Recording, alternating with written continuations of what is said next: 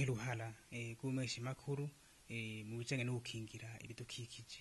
Murakoze cyane. Uruhara rw'umumenyesha makuru mu gukingira ibidukikije ni ntangere, na cyane cyane yuko ibidukikije nkuko abahinga babivuga n'ubuzima. Ukingiye ibidukikije ukingiye ubuzima. Byumvikana rero yuko mu gihe umumenyesha makuru adakoze bikwiriye kandi ngo abikore neza, nogira ntuti hariho ivyononekara ku migwi yose y'igihugu canke y'abanyagihugu. Rero umumenyesha makuru uruhara rwiwe ni ntangere, na cyane cyane mu kumenyesha ibiba biriko biraba canke ibiba biriko bibangamirwa mu gisata c'ibidukikije, kuko nta terambere rirama dushobora gushika ko mu gice gisata c'ibidukikije kidakingiye.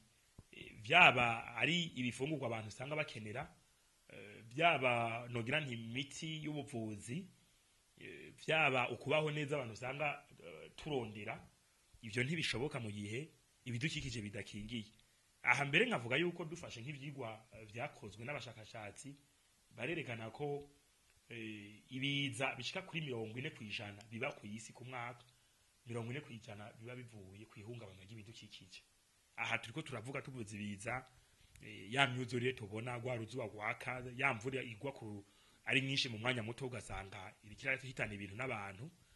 Ivyo rero mumenyesha makuru mu gihe yabikoze neza, harimo ubwa mbere kumenyesha iba ariko biba, hakaca habamwo ugukinga, kuko mu gihe bivuze kare biratuma abantu cyangwa abafata ingingo bakinga. Ivyo rero bigasha bituma mu gihe bakinze ivyononekara biba bike.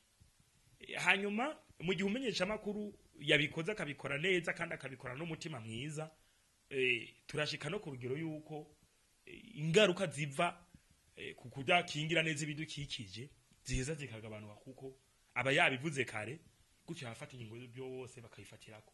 Uruhara rero rw'umenyesha makuru ni nogira nti ntasubirizwa mu kibano, ni ntasubirizwa haba mu gihugu, kubera ko murumva kadufasha kumenya ku munsi ingene ibidukikije ubwa mbere bimerewe, ingene vyiriwe, ingene biriko birabaho ku munsi ico bikeneye kugira ngo bibandanye biduha ico natwe dukeneye, hanyuma kandi nicokorwa kugira ngo bibandanye bikora ico gikorwa ku buryo baba abahari uno munsi, abazozejo n'abazozi inyuma yejo babandanye babana navyo neza.